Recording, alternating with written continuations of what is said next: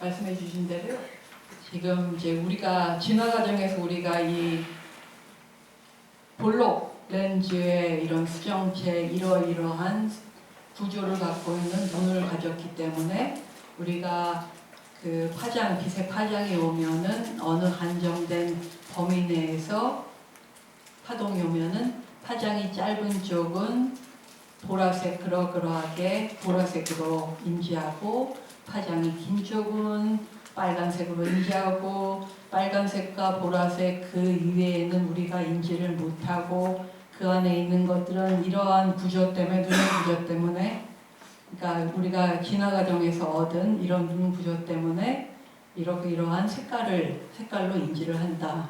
그렇기 때문에 이거는 자성 없이 다 공한 현상이죠. 그런데 색깔이 자성이 있고 그런 것이 우리가 이렇게 인지하는 것 이상의 아니면 따로 떨어져서 색깔이 존재한다고 생각하면은 그게 이제 창발론적 발상입니다. 근데 그런 거는 없다. 예를 들면 제가 이제 카나다하고 미국에서는 초파리를 갖고 분자생물학을 했거든요. 초파리 눈이 이제 거미 눈처럼 그렇지 않은 그것보다 더 낮게 눈이 한 800개 정도 있어요. 근데 그런 게 뭉태기로 이렇게 모여가지고 한 8뭉태기 이렇게 하면서 이렇게 육각형을 만들고 이러거든요. 그런 초파리 눈으로 만약에 이 진화 과정에서 대급변이 일어나가지고 그럴 리는 없겠지만 그렇게 하더라도 그런 일이 일어나더라도 우리의 눈이 갑자기 초파리 눈으로 바뀌지는 않겠지만은 그래도 이제 가정하에 우리가 초파리 눈을 갖고 있어가지고 난눈이 800개 정도의 난눈으로 빛을 본다면은 이런 색깔이 안 나오겠죠. 다른 색깔로 우리가 인지를 하겠죠. 그렇기 때문에 색깔 이런 현상이 자성이 없이 다 동한 현상이라는 거죠.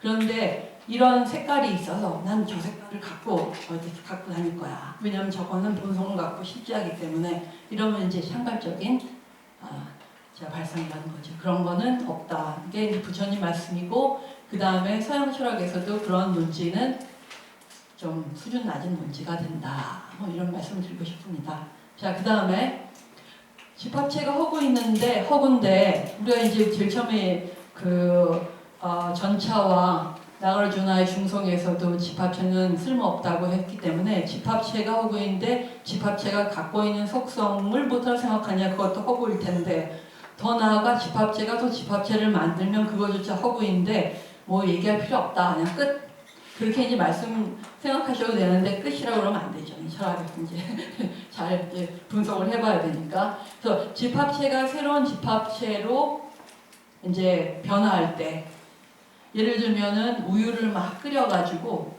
불에 놓고 막 끓이면은 이제 딱딱한 요거트 같은 게 되거든요. 그걸 이제 뭐 웅유라고 부르는데 이제 우유와 우유가 이제 끓여가지고 웅유가 되는데 웅유에서 요거트에서 그 딱딱함, 질펀함 그런 거는 우유에서는 없던 속성이라고 해가지고 요거트에 있는 그런 속성은 창발되는 속성이다. 이렇게 또 이제 얘기를 할 수가 있어요. 또 이제 여기에 이제 같은 비유로는 생명체 세포들을 모으면은 그 모아서는 생명이 그러니까 발생이 안 된다. 생명이라는 거는 창발적인 속성으로 어느 순간 갑자기 설명할 수 없게 갑자기 생겨난다 이런 게 창발론인데 그런 게 이제 없다는 얘기를 계속 제가 반복적으로 하는데요. 자, 그러면 이제 이 웅유에서 나오는 웅유가 우유에서 창발되는 게 아니다. 웅유라는 거는 우유와 다르게 본성을 갖고 불변불멸하는 본성을 갖고 존재 세계에 실제하는 게 아니다라는 걸 지금 증명을 하는 거예요, 제가. 근데 이제 첫 번째, 우유와 웅유가 각각 자성을 가지고 실제한다고 가정해보자. 근데 이거는 이제 레덕트 압스루담보다는 조금 다른 이제 지금 논인데요. 그냥 가정해보자. 아까 그 귀류법은 아주 간명하게 책상이 있다고 해보자. 책상에 집합체가 실제한다고 해보자. 그러면은 실제하는 것은 집합재인 책상뿐만 아니라 그 다리나 아니면은 책상 위에 이 테이블 이것도 실제한다. 그럼 다 실제하기 때문에 집합체의 무게도 무게와 그 다음에 이 부분의 무게를 다 합쳐야 한다. 그래서 이제 예를 들면 20kg, 20kg면 40kg가 됐는데 실제는 20kg다. 뭐가 잘못됐을까? 그거는 집합체로서의 책상이 존재하지 않는다. 왜냐면 잘못된 모순을 한 거는 집합체로의 책상이 실제한다고 전제를 했는데 그렇기 때문에 이 모순이 초래됐기 때문에 전제가 잘못됐다는 이제 교육법이고요. 요건 조금 다른 논지입니다. 그러니까 첫 번째 우유와 응유가 요거트가 자성을 가지고 실제한다고 가정해보자. 두 번째 샹벌론에 의하면 응유는 우유에 없는 새로운 자성을 가지고 실제한다. 즉 응유는 우유로부터 창발한다. 그게 이제 샹벌론의 이제 얘기죠. 2번은 그럼 3번은 2번이 만약에 맞다면은 3번은 우리는 두 개의 그 선택지밖에 없습니다. 뭐냐면은 응유는 우유 안에 존재하거나 존재하지 않거나 나가르주나의 중성에서도 이렇게 나가르주나가 이런 그 논지 이런 형태의 논지를 좀 많이 폈는데요. 그러니까 응유가 우유에서 창발됐다면은 응유는 요거트는 우유에 있거나 있지 않거나 생각할 수 있는 여지는 두 가지밖에 없습니다. 네. 아까 그 나가세나 존자가 전체를 얘기할 때 합친 거나 아니면 합친 거 이상이나 이렇게 두 종류밖에 생각을 못했듯이 우리도 두 가지밖에 선택의 여지가 없는데 그러면 요거트가 우유 안에 이미 존재한다면 창발이 아니죠. 이미 존재하기 때문에 새로운 게 생겨나는 게 아니니까. 요거트가 우유 안에 존재한다면 요거트가 새로 생겨나 자성을 가지고 실제할 수 없다. 이미 존재하기 때문에 실제하는 게 아니죠. 창발은 안 된다. 두 번째, 요거트가 우유 안에 존재하지 않는다면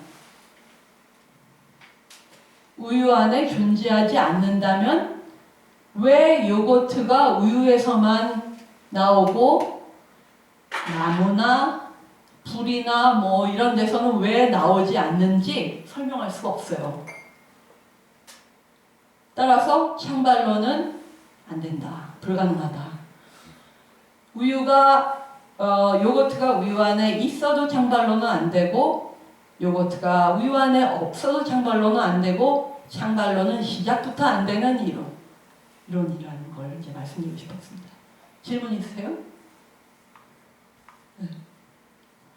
자 그러면 요거트는 우유로부터 새로운 자성을 가지고 창발되어 나올 수 없다. 따라서 창발된 속성, 즉 새로운 자성은 없다. 응유는 요거트는 우유로부터 창발된 게 아니고 그러하게 조건들이 변하면서 불도 있고 우유도 있고 사람 손이 뭐 가서 불을 켰겠고 이러이러한 조건들의 모이물이 응유다 라는 뜻이죠. 그러니까 응유 자체도 이름일 뿐이다. 전차와 마찬가지로. 자, 쏴. 여기 다 그러면 이제 이것도 이제 그 창발론자들이 많이 듣는데요. 물이 변해서 얼음이 되거나 아니면 수증기가 될 때 그 수증기의 속성이나 아니면 얼음의 그 딱딱한 거는 물에 없기 때문에 딱딱함이 창발된 속성이다. 이렇게 이제 얘기를 하는데 no 아닙니다. 이 보시면은 화학 그 구조를 보면은 수소와 그 산소 원자의 결합으로서 우리는 이 속성들을 다 설명을 할 수 있어요. 그러니까 자성을 가지고 새로이 생겨나는 어떠한 실제하는 속성이라는 것은 있을 수 없다. 우리는 이미 그러니까 창발은 안 된다. 환원으로 전부 다 우리는 설명이 가능합니다. 그 다음에 이제 연기를 얘기하면 이 환원보다도 더 광범위하게 넓게 포괄적으로 조건이라는 거를 이제 얘기를 하면서 조건을 우리가 다 설명이 가능한데 못하라 필요도 없이 새로운 그 어떤 존재 세계에 상정하면서 존재 세계 자체를 너무너무 그 숫자가 많게 늘릴 필요는 없거든요. 불필요하게. 우리가 불필요한 번뇌를 일으킬 필요 없듯이 존재 세계에도 불필요한 존재자를 상정할 필요가 없습니다. 자, 그래서 물이 이렇게 변한다는 건 사실은 물 분자와 수소 분자, 산소 분자, 그 다음에 그들의 그 결합이 변했기 때문에 이러한 속성들이 나온 거지, 새로 생겨나는 자성을 가지고, 그러니까 자성을 가지고 물과 다른 자성을 가지고, 물도 당연히 공이죠. 그러니까 물과는 다른 자성을 가진, 변하지 않고 불멸하는, 파괴되지 않는 어떤 자성을 갖고 새로이 존재자로 생성되는 건 없다는 말이죠. 그러니까 창발하지 않는다. 창발은 가능하지 않다. 자, almost 한 5슬라이드면 끝나거든요. 그러니까 이제 금방 끝나겠습니다. 자, 그러면은 집합체는 부분들과 그 부분들 사이의 관계로 남김없이 분석, 환원되고 설명된다. 이게 이제 사실은 환원론의 정의입니다.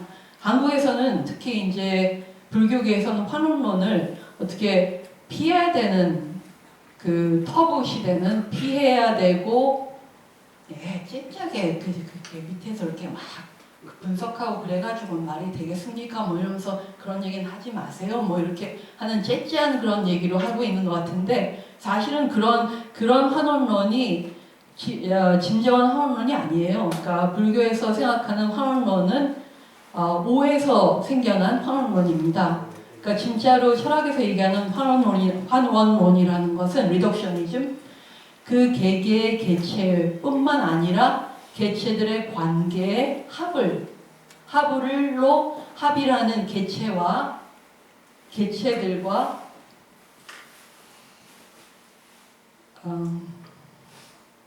그러니까 개체가 이렇게 만약에 있다면 1, 2 플러스 이것들의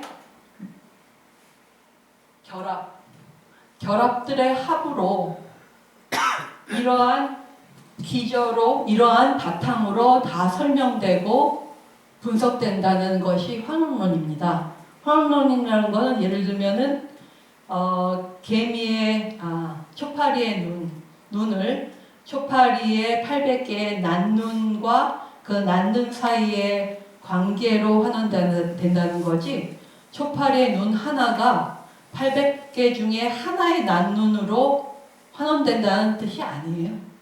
그럴 수도 없죠. 그건 말이 안 되는 거죠. 그런 거 갖고서 철학자들이 이론하고 뭐 이렇게 말이 되는 게 그렇게는 아니고요. 800개의 낱낱 눈과 그들 사이의 관계들의 집합으로 환원된다. 그런 뜻입니다. 따라서 여기도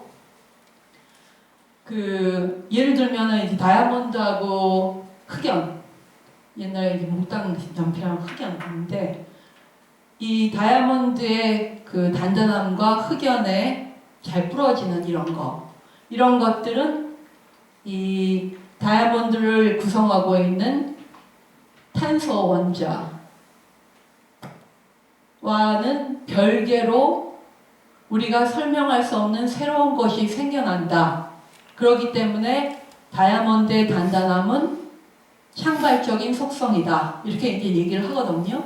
흑연에 잘 부러지는 것도 탄소 원자들 하나로 환원되는 게 아니고, 설명되는 게 아니고, 탄소 원자들이 같지 않은 잘 부러지는 이런 속성은 창발된 속성이다. 라고 이제 얘기를 하는데 아닙니다. 왜냐면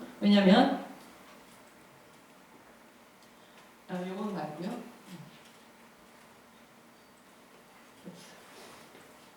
지금 보시면 밑에 탄소 원자하고 탄소 원자들이 있어요. 그런데 흑연에 잘 부러지는 속성이라는 것은 탄소 원자들이 이렇게 층층으로, 계층으로 배열됐기 때문에 잘 부러지는 거고, 다이아몬드의 단단함이라는 거는 같은 탄소 원자지겠죠. 탄소 원자들이 육각형으로 아주 단단하게 결합됐기 때문에 그런 단단함이라는 거를 이제 우리가 단단함이라고 이름 짓는 거지, 이러한 단단함이나 잘 부러지는 이 속성이 탄소 원자들의 배열과 이런 거에 그러니까 동떨어져서 별개로 존재하는 게 아니거든요.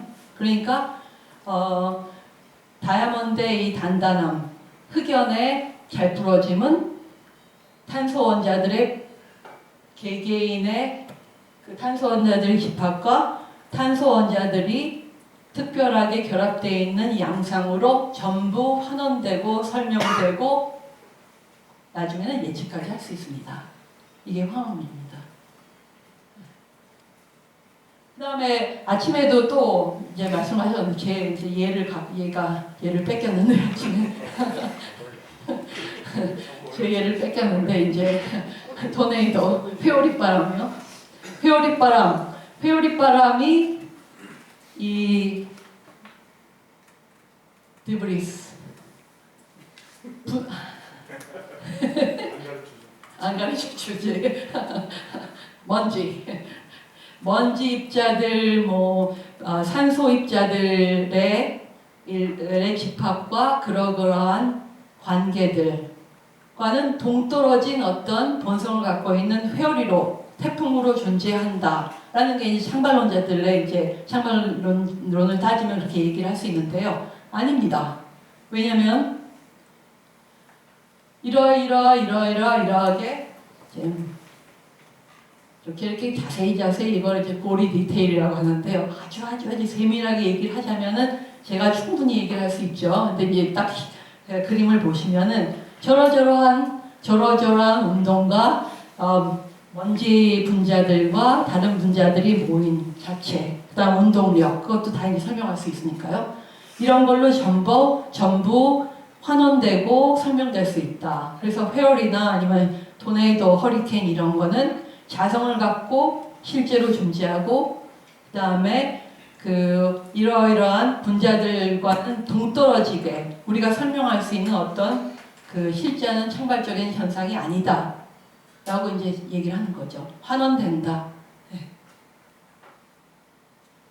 자, 그럼 마지막 이슈는요, 집합체가 허구이고 집합체가 갖고 있는 속성도 허구이고 집합체로 변할 때도 그 집합도 허구이고 공이고, 그러면 집합체가 갖고 있는 기능, 생명을 기능이라고도 생각할 수 있고 죽음을 기능이라고도 이제 생각할 수 있고, 그럼 기능은 무엇일까? 그거는 창발하는 게 그 창발이라고 얘기할 수 있지 않을까? 그것도 아니라고 이제 얘기를 하는데요. 뭐냐면 예를 들면은 새의 날개짓.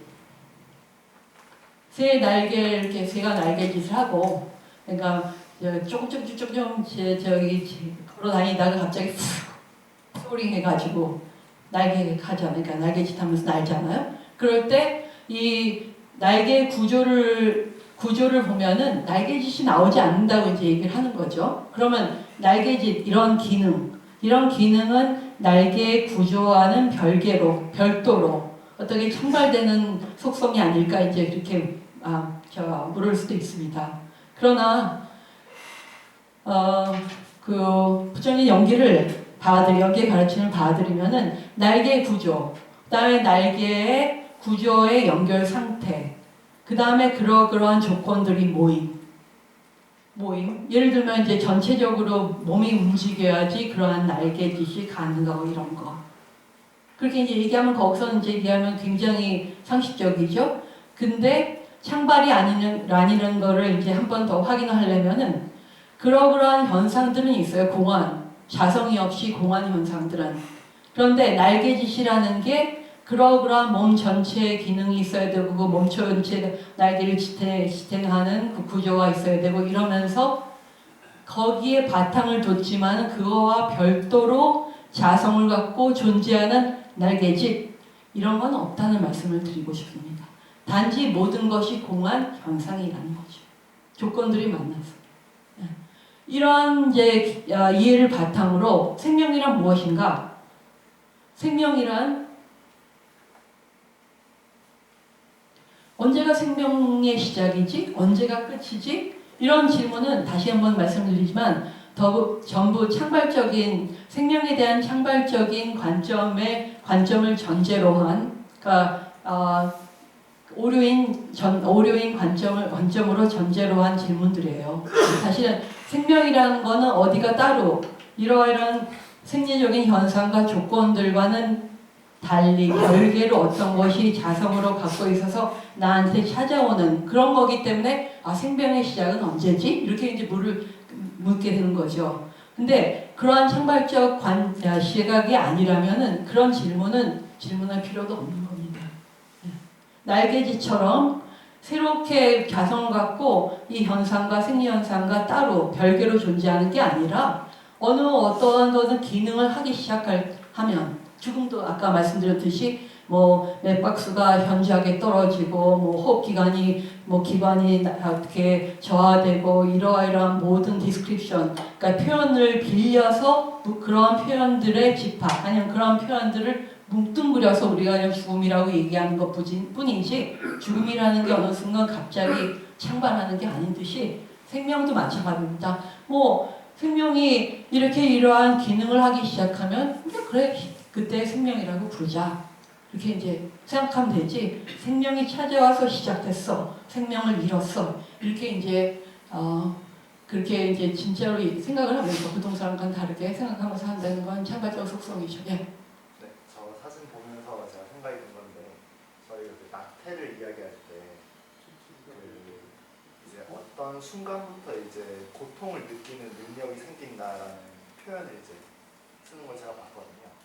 그러면 고통을 느끼는 이제 그 능력이 생기기 전까지는 낙태를 해도 괜찮고 그 이후에는 좀 하지 말자 이런 식으로 법이 제정이 되기도 하고 그런 걸 알고 있는데 그럼 그 고통이 생기는 능력이 생긴다라고 했을 때 그게 좀 약간 창발론적인 지금 오류에 의해서 그런 얘기를 하고 있는 건지 아니면 거기에 대해서 전체적으로 어떻게 생각을 하시는지가 좀 도와주실 분 있으세요? 22분. 고통이 생기기 시작하는 게 창발론이라는 거죠. 그게 아니라 제가 느꼈던 거는 저희가 그 낙태에 대해서 얘기를 할 때 처음에 수정이 됐을 때 6주 정도까지는 예를 들면 고통을 느끼는 능력 자체가 없으니까 얘는 낙태를 해도 전혀 이제 상관이 없고 왜냐하면 얘한테 고통을 주는 게 아닐 테니까. 근데 언젠가부터 이제 이게 좀 더 세포 분열에 의해서 더 복잡화가 되면서 얘가 이제 고통을 느끼는 능력이 생겨나지 않을까. 그럼 그때부터는 이제 얘를 고통을 주면 안 되니까 낙태를 시키면 안 된다. 예를 들면 이런 주장이 있다라고 했을 때 고통을 느끼는 그 고통 센서 그 감각 어떤 세포 아니면은 고통 이런 게 이제 발달된다는 거죠. 네. 그 발달이 언제부터 언제 시작됐나? 만약에 고통이 찾아온다, 고통을 느끼는 기능이 창발한다고 했으면은 언제부터 시작된다.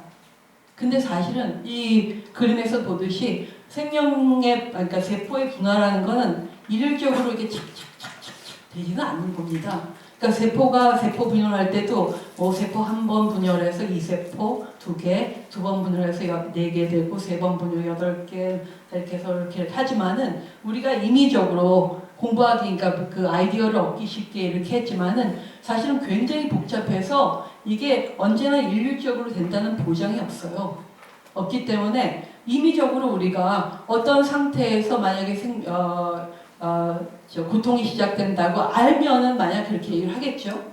근데 우리가 사실은 안다고 가정을 하고 임의적으로 이때부터로 하자. 만약에 세포, 배반포, 블라스토미어 때부터 그때 너무 이르고 착상된 다음에 이때가 블라스토미어인데 만약에 이제 4주 때, 트라이메스터 때 이제 첫 번째 트라이메스터 때 처음 그러니까 3주에서 석 달 그때를 그냥 임의적으로 나눠가지고 이때는 배아가 고통을 못 느끼고 다음부터는 고통을 느낀다고 해보자. 모두 이제 임의적으로 얘기를 하는 거죠. 근데 진짜로 고통의 그 감각 기간이 언제부터 생기가 by and large 대부분은 알겠지만은 그게 그렇게 진짜로 정확히 생길 것인가는 잘 모르죠. 근데 이제 고통이 찾아온다. 고통이 어느 순간 불현듯 우리의 그 오간, 우리의 기관들이 만들어지는 그런 과정과는 다르게 고통이라는 게 있어가지고 고통이 나한테 찾아온다. 나는 고통을 피하고 싶다. 왜냐면 찾아올 테니까 계속 피하고 싶다. 이런 건 이제 창발적인 시각을 전제로 하고 있는 거죠. 근데 그거를 아까 교수님께서 설명해 주신 그 구름 모양 있지 않습니까? 네. 그것도 여기에 똑같이 적용할 수 있을 것 같은데요. 세포가 점점 발달함에 따라서 신경계도 이제 형성이 되고 그 신경계가 형성이 되면 이제 고통을 느낄 수 있고 그것도 전부 다 조건에 의해서 설명 가능한 부분인 것 같습니다. 고맙습니다. 브라보. 그러면 저기 그 고통이 생겨난다는 것도 사실 창발됐다기보다는 근경식의 그 3사 화합에 의해서 연기에 의해서 생겨나는 거기 때문에 새로의 자성을 가지고 새로 나온 건 아니죠. 일단 그러니까 그것도 이 예리하게 말씀을 그러니까 설명을 할 때요. 예리하게 해줘야죠. 자성을 갖고 그러한 생리적인 현상과는 별도로 존재한다. 따라서 어느 순간 생겨나가지고 실제한다. 이러면 이제 창발적인 시각이고 그러한 것을 고통이라고 어느면 고통의 시작의 아니 고통의 현상의 시작이라고 보자. 이렇게 되면 이제 되는 거죠. 저 궁금한 게 있는데요. 그러면 이제 불성이라는 게 있잖아요. 자기 모든 사람은 불성을 가지고 있다고 하는데 이것도 그러면 그 좀 전에 같은 시각으로 보면 불교를 이제 접하고 부처를 믿는 순간부터 불성이 생기는 거 아닌가요?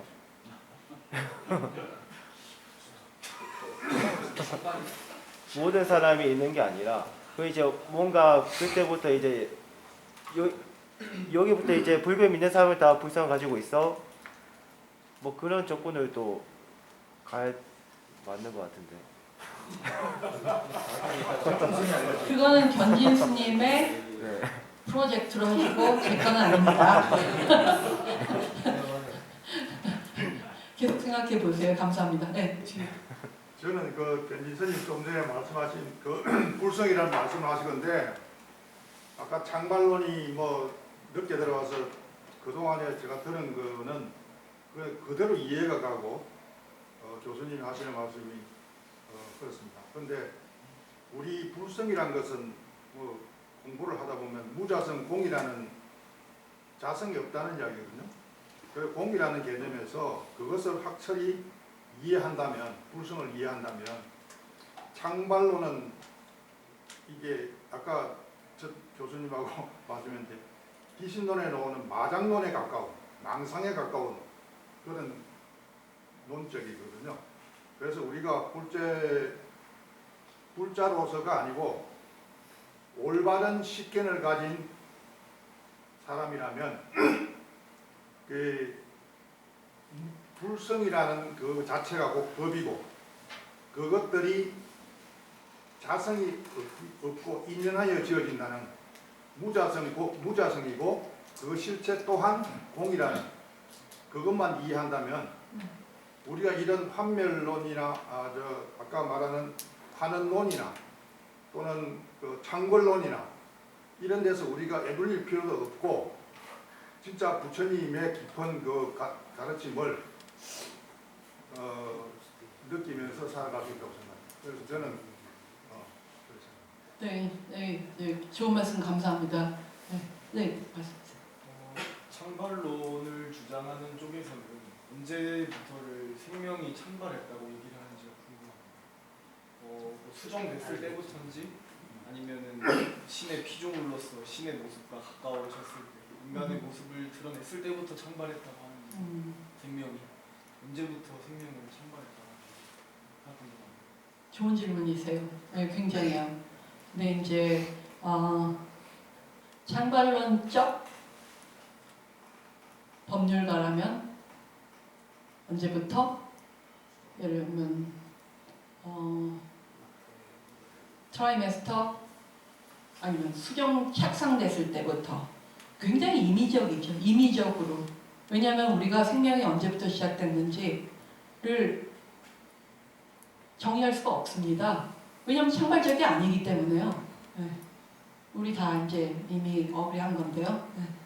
그렇기 때문에 언제부터 시작됐나 이러한 질문이 창발적인 질문이기 때문에 창발론을 전제로 하고 있는 질문이기 때문에 대답을 못 찾는 거죠. 그러니까 그런 게임에 들어갈 필요가 없는 거죠. 네. 창발론적 게임에 들어갈 필요 없죠. 네. 덧붙여서 이제 그 이웃 종교에서는 부활에 대해서 굉장히 의미를 부여하고 있는 걸로 알고 있는데요. 그러한 부분, 부활이라는 그런 부분도 역시 창발론적인 발상에서 이제 시작됐다고 볼 수 있습니다. 그래서 혹시 그런 부분에 뭐 어떤 그 사례라든지 뭐 그런 게 있는지 궁금해서. 네, 그거는 제가 잘 모르겠는데요. 무에서 유가 나온다. 죽음에서 생이 다시 난다. 이것도 이제 창발적인 그 다음에 그 생이라는 게 공한 현상이 아니고 얻는 거. 아니면 신이 다시 부활. 예, 다시 이제 얻는 거니까 그것도 이제 창발적인. 그러니까 제가 왜 이 창발론을 스님들한테 해야 되나 했을 때 계속 생각할수록 부처님의 연계 가르침에 걸림돌이 되는 진짜 중요한 이론인 것 같아요. 연기를 아는 자 창발을 거부하라. 그게 이제 제 결론인데.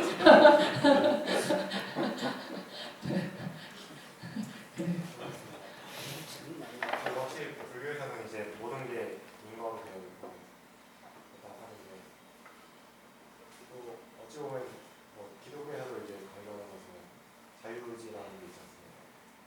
불교에서도 어느 정도 이거를 그런 자성으로서는 아니지만 우리의 행동에 따라 우리의 삶을 가는데 이런 식으로 이제 전하고 있는 걸로 알고 있고 근데 지금 창발의 말씀을 들어보면 자유의지가 창발의 일종이 아닌지 사실 뭐 이거는 전에 제가 전부터 있었던 고민이지만 인과관계로 봤을 때는 자유의지라는 건 전혀 없다.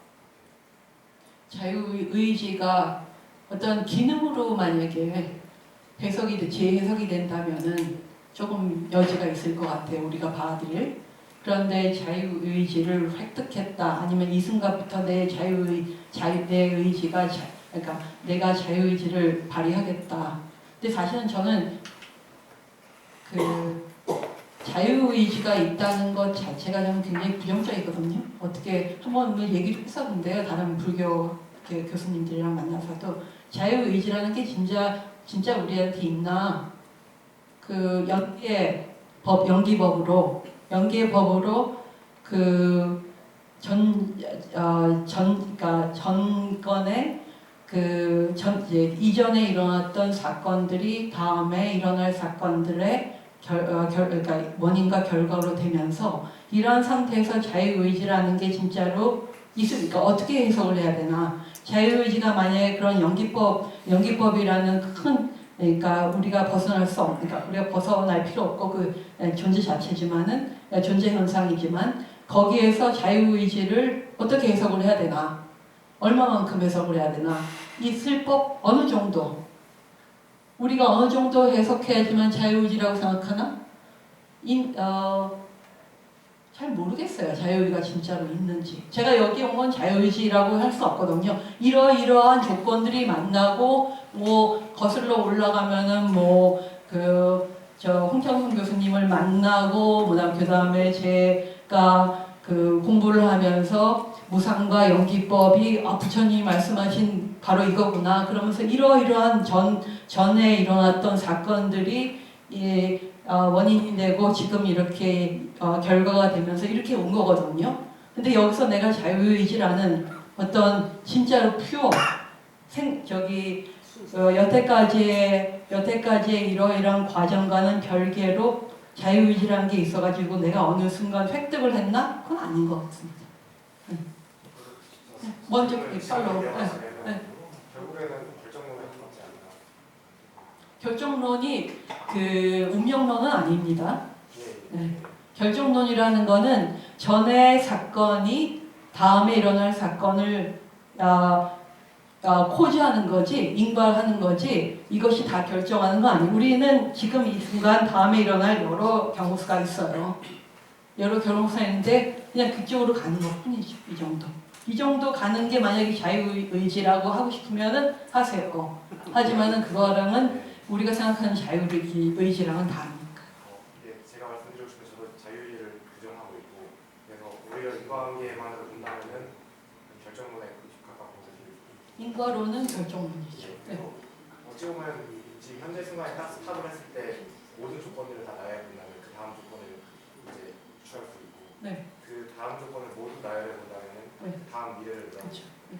결국에는 이게 다 정해져 있다고 저는 생각을 합니다. 정해져 있는 건 아니죠. 일선으로 정해져 있는 건 아니죠. 가야 할 방법, 그러니까 그 다음에 일어날 것들은 많은데 그 다음에는 이러한 이런 걸로 일어났다.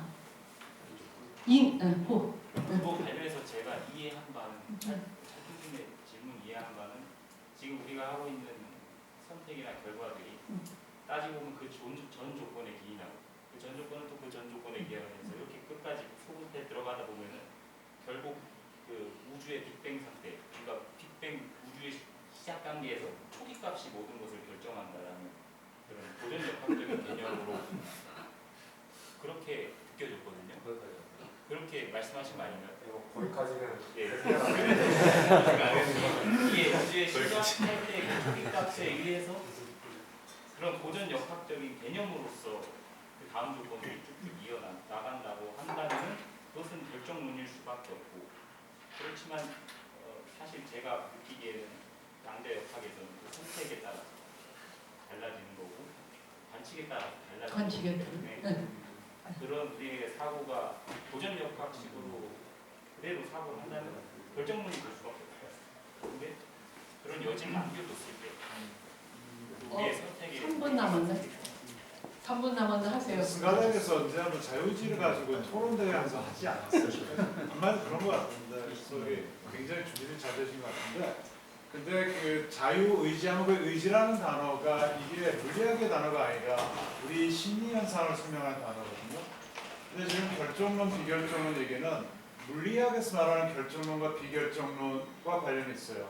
그러니까 우리의 의지가 작동하는 방식을 기술하는 그 방법론에 있어서 이것을 물리 현상으로 하면은 인과 원인과 결과해서 결정론처럼 얘기가 되는데 이거를 의지의 영역, 우리 심리의 영역으로 해서 설명을 하면은 우리 심리의 상태를 설명하는 방식은 반드시 물리학이나 자연과학에 사용하는 원인과 결과로 잘 되지 않고 많은 경우 소위 말해서 합리성이나 일관성, 논리적 정합성 이렇게 해서 굉장히 다른 종류의 그 법칙이 작용하는데 이 두 개를 섞어놓고 얘기하기 때문에 이 자유의지의 문제가 많이 발생합니다.